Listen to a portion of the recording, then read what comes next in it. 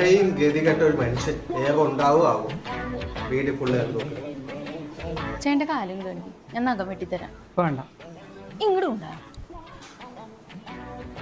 മറ്റേ കാലണിച്ച്, അല്ലെങ്കിൽ വേണ്ട, പിന്നെ വെട്ടാം.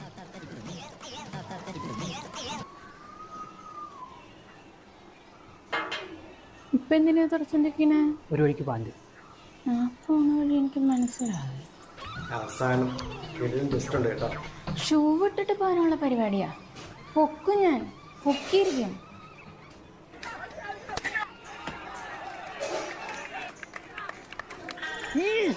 ഈ ക്രിക്കറ്റും കളിച്ച് പിള്ളേര് വാച്ചു ഇടങ്ങാറാക്കോളൂ. എന്റെ പൊന്നു ചങ്ങാതി, നിക്കവിടെ, എറിയരുത്.